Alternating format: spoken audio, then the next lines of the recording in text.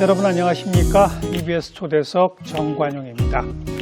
오늘 초대석에는 우리 사회가 이 큰 빚을 지고 있는 분 한 분 모셨습니다. 푸른나무재단이라고 이 청소년 폭력 예방 운동을 하는 곳에 지금 명예이사장을 맡고 계신데요.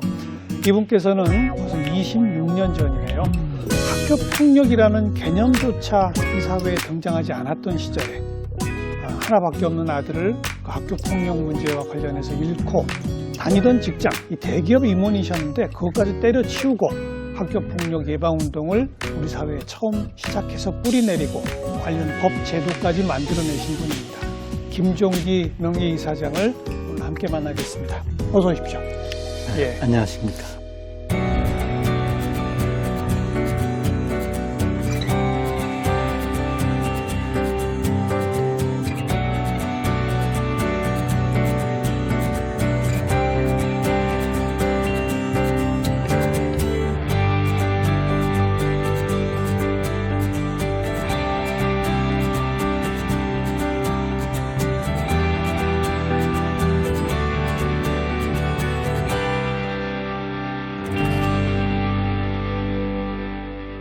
원래 청소년 폭력 예방 재단 아니었어요?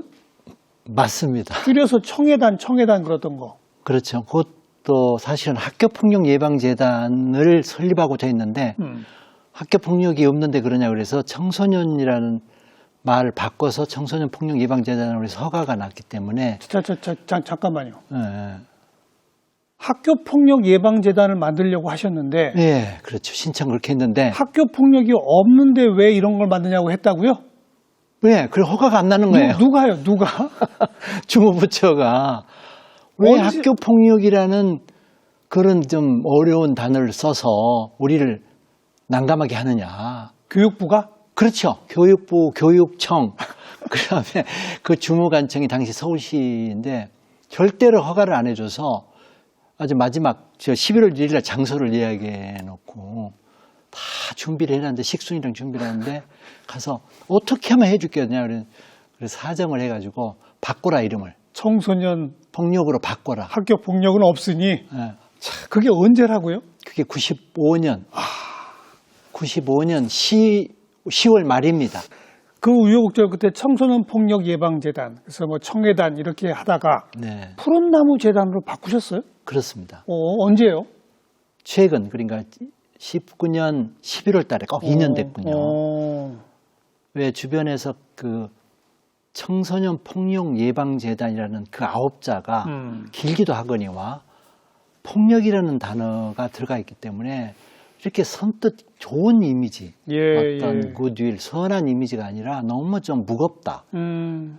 그런 항상 그 제안들이 많이 있었는데 우리 정체성 때문에 그걸 계속 고집하고 있다가 과감히 어떤 계기가 있어서 이름을 푸른나무 청해단이었거든요. 그래서 그것을 청소년 폭력 예방재단에 그걸 줄여서 그냥 푸른나무 재단에서 이름을 그렇게 하니까 더 다양한 문화 활동을 할 수 있고 그러네요. 범위가 넓어지고 그다음에 영어로는 BTF, 브루트리 파운데이션 이렇게 해서 이제 뭐 BTS 그렇게 개명을 한 지 2년 됐습니다. 괜찮네요.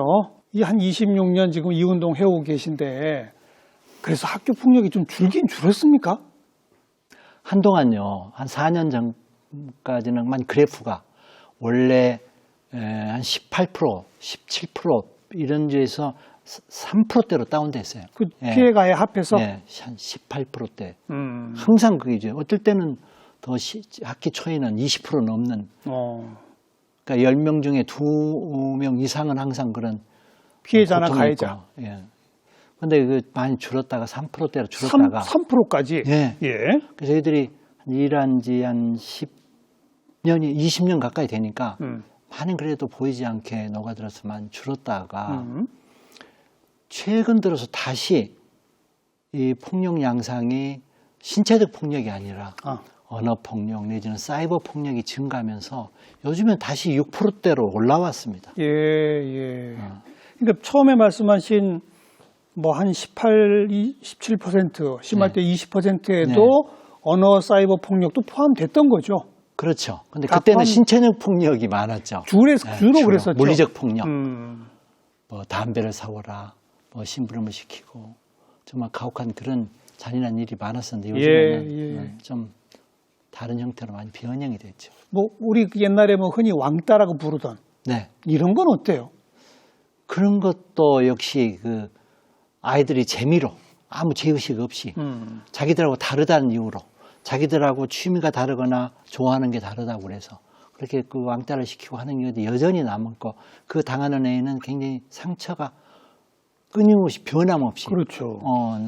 또 온라인으로 이렇게 그 SNS로 아주 그냥 저질스러운 언어로 괴롭히고 그래서 그 받는 애들은 그걸 치유되지 못하고 아주 어려운 생활을 하고 있고 그 그렇죠. 상처, 어른이 돼서도 예. 그 상처가 깊어서 그러니까 유형은 변화했으나 네. 언어 및 사이버 상의 집단 따돌림 같은 거는 여전하다. 여전하다. 오히려 더 극성스럽다. 오히려 그래서 이제 그렇게 유형이 국민이 변하고 있군요. 변하고 있죠.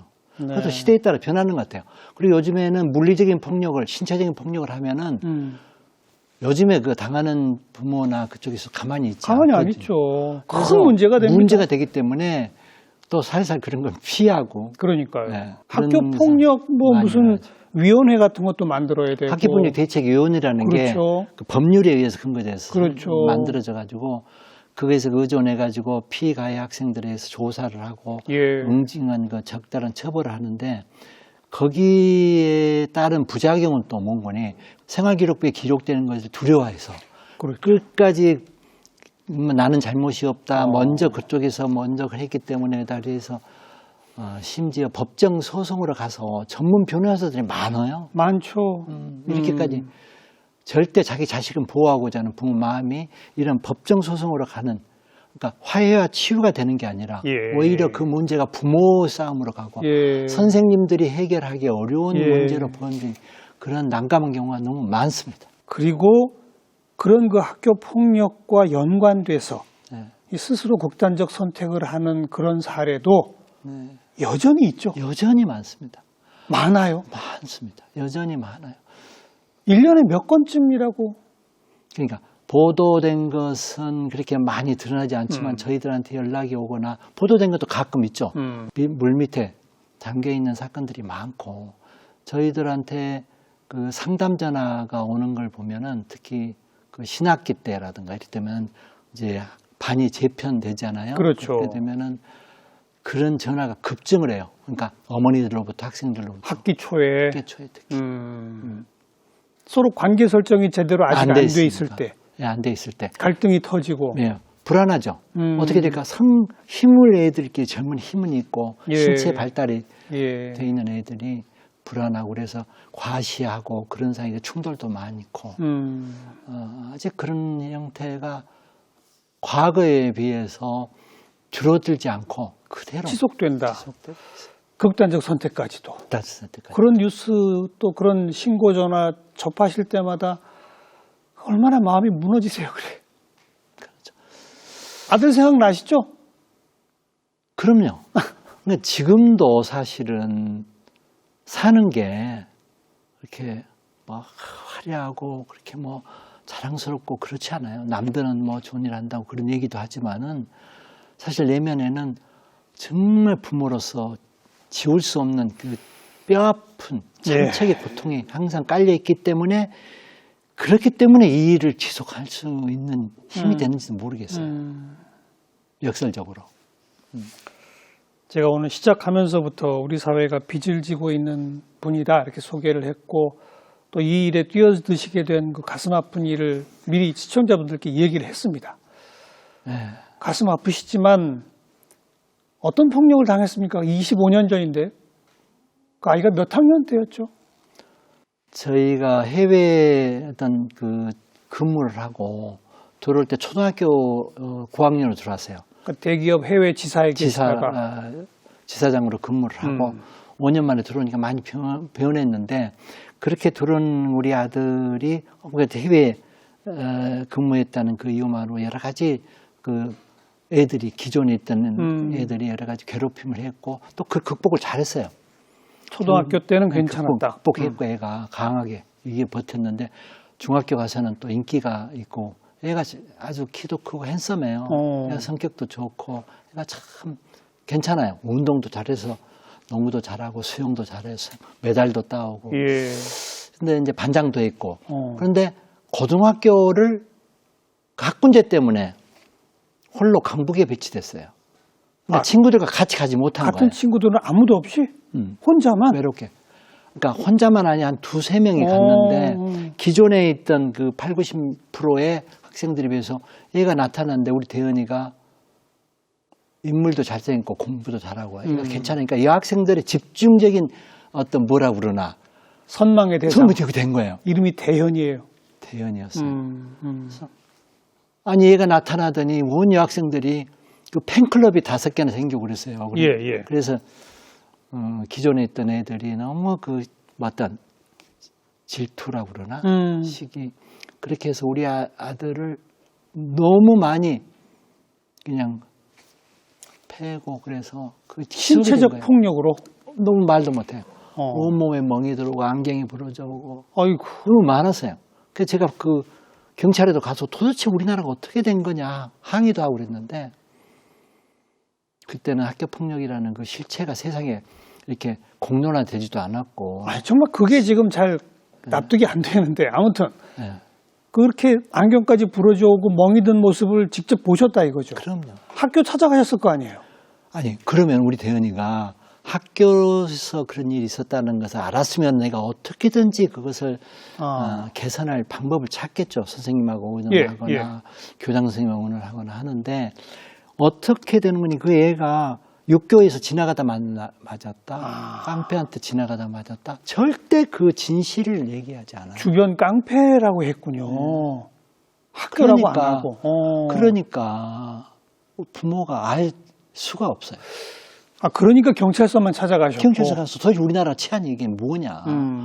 왜 이렇게 애가 많은 상처가 있고 옷이 다 찢겨져 오고 한두 번도 아니고 도대체 불안한 견딜 수가 없다 이런 항의도 했건만 뭐 지나가다 우연히 그렇게 당했다고 우리 아들은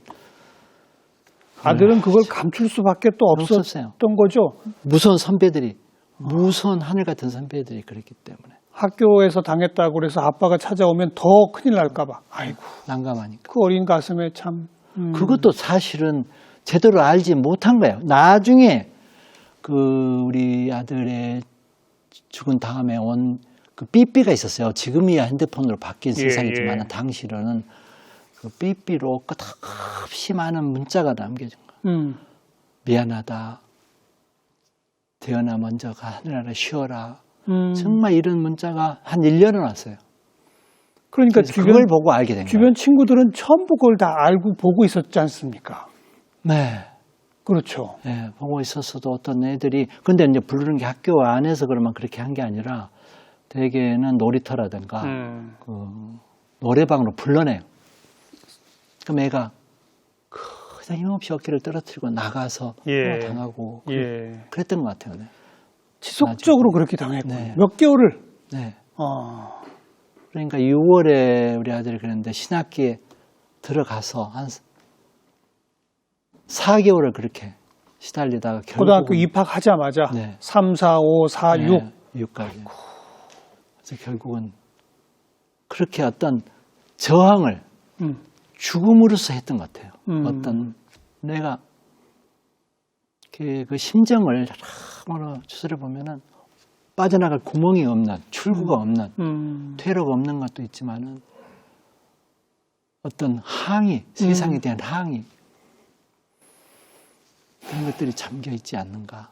떠나면서 그 어머니한테 어떤 주의 어머니 감사합니다라는 어떤 그 보이지 않는 제스처를 보내고 아무것도 없이 정리하고 이렇게 떠났어요. 밤에. 몸을 던져서 그것도. 그 일이 있기까지는 모르셨고. 알택이요. 사태의 실태를 모르셨고. 네. 학교폭력이라는 개념도 없었다고. 그 후에 삐삐 이걸 보고서야 짐작을 하셨고. 짐작했고 영안실에 걔들이 나타나서 또 꽤나 행패를 부렸고 그 걔들이라면 가해자들이 나왔던 거예요. 저는 이제 해외 출장 중에 돌아와서 그걸 알고 영화실에 가서 정말 눈물도 안 나오는데 아빠가 출장 중에 중이었어요, 그런 제가. 일이 벌어졌어요. 예. 아이고. 국경에 출장 갔다 그런 일이 있어서 어떻게 뭐 물도 안 넘어가는데 그 여관실 앞에서 아들 앞에서 울고 있는데 그 걔들이 그 병원 뒤쪽에서 그런 소란이 있었. 어떤 소란이었어요? 걔들 이놈 죽어서 골치 아프게 생겼다. 그러면서 술을 취해서 난동을 부렸다고. 그런 걸 알고 그래도 그것이 어떤 각계 폭력이 있었는지 그렇게까지는 유추가 되지 않았어요. 그렇겠죠. 막연히 그 다음엔 좀 탐문을 해보셨어요? 그래서 이제 나중에 결정적인 것은 걔들이 우리 아들 친구 2명을 데려다 또 많이 엄청 폭행을 했어요. 그래서 한 애가 가해자들이 또 팔이 부러지고 한 애가 뭐 기절했었다고 그 얘기를 알게 된 거예요. 통해서 들었어요. 이제 참을 수가 없다. 이건 안 된다. 그래서 이제 분노해서 어떻게 이것을 할 것인가. 물론 이제 아들을 잃으니까 세상에 아무것도 할 수가 없어요. 예. 아무것도 무기력해지고 이 죄책감, 괴로움에 아무것도 일이 손에 잡히지 않고 네. 밥도 안 들어가고 내가 이렇게 살아서 뭐 하겠는가. 그래서 아들을 위해서 아버지로서 할 수 있는 게 있다고 그러면은 내가 무엇이든지 하겠다. 그렇게 해서 어떻게 되냐면 시작이 된 식마리가 된 거죠. 다니던 회사까지 다 그만두시고. 그렇죠. 그래서 이 일을 사실은 내가 직접 이렇게 바로 뛰어든 게 아니라 전문가들을 모아서 이 일을 좀 맡기고 잘 좀 되게 하려고 그랬는데 회사에서는 중책을 맡고 있었어요. 예. 그룹의 기조실장을 맡고 있었어요. 중견기업의 회사가 13개나 되는 큰 중요한 회사이기 때문에 회장은 내가 그런 쪽에 신경을 쓰는 것이 안타까워서 예. 관둬라. 그래서 사표를 쓰고 그걸 거지가 되든지 회사야 모든 일을 맡아서 사장으로서 전부 하든지 그룹을 하든지 그랬는데 고민하다가 사장은 누구라도 할 수 있는 거지만은 이 일은 내가 해야 되겠습니다. 예, 십자가를 지겠습니다. 그리고 나와서 이제 본격적으로 하게 된 거지. 그때 기자회견을 직접 하셨죠? 사실은 우리 아들이 떨어질 때 한 줄 나왔어요. 기사가. 모의 신문에 나왔는데 다른 신문에는 안 나오도록 협조를 요청해서 우리가 이제 광고도 많이 주고 하다 보니까 요청을 해서 안 했는데 나중에는 너무 그 2번째 폭행이 있다는 사실을 알고 나서는 그 아들 가해 학생이 다른 아들 친구까지 또 우리 아들 친구들을 또 데려다 했다는 그 일이 있기 전에 그 아들 친구에 대한 또 가해가 있기 전에 아버님이 그 가해한 학생들도 만나 보셨죠, 직접? 아니요. 그러지 않았고 나중에 본격적으로 이런 일은 우리 부모들이 나서서 직접 해야 되겠다. 그렇게 하려고 그러면은 어떤 세상에 알려야 되겠다. 그렇죠. 그래서 기자회견을 자청을 했어요. 그래서 이제 뭐 일간지 한 편에 한 페이지를 전부 그 아들의 죽음에 한 소년이 몸을 던지다라는 그 큰 주먹만한 글씨로 나오면서 그게 그 세상에 알려지기 시작했고 그러면서 일을 하면서 그 조사를 해보니까 5명이라는 사실을 알았고 하나씩 만나서 그 정확히 이유가 뭔지 왜 그랬는지 그리고 너는 지금 어떻게 생각하는지 그래서 반성문도 받고 그래 있었죠. 그 기자회견이 사실 우리 사회의 역사적 흐름에서 보면 뭐 또 우리 얘기하겠습니다만 학교 폭력이란 용어조차 없던 시절에 몸을 던져 사회에 고발했다라고 하는 것을 알리게 된 첫 계기 아니었습니까? 그렇습니다. 그렇죠? 그게 굉장히 크게 나왔어요. 그렇죠. 모든 신문에 크게 나왔고 사면 톱으로 다 나왔는데 그 취지는 이제 믿을 게 없다. 학교도 믿을 게 없고 학교도 그걸 부인하고 없다고 그러니까 그래서 우리가 우리 자식을 똑바로 키우고 지키자. 우리 부모들이 직접 하자는 취지였어요.